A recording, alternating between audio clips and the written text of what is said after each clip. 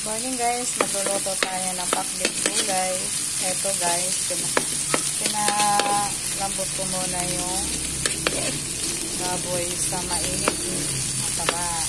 Tapos bagoong guys. And then, saka na yung bawang sibuyas.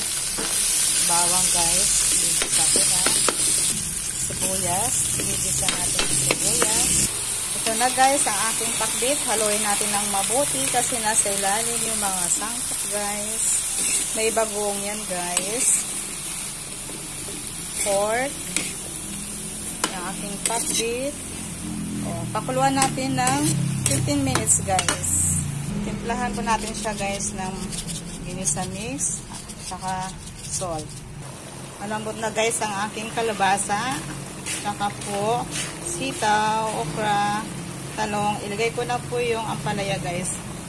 Half cook lang po to guys. Ayan na po. Maya maya 5 minutes. Okay na po siya. Thank you for watching.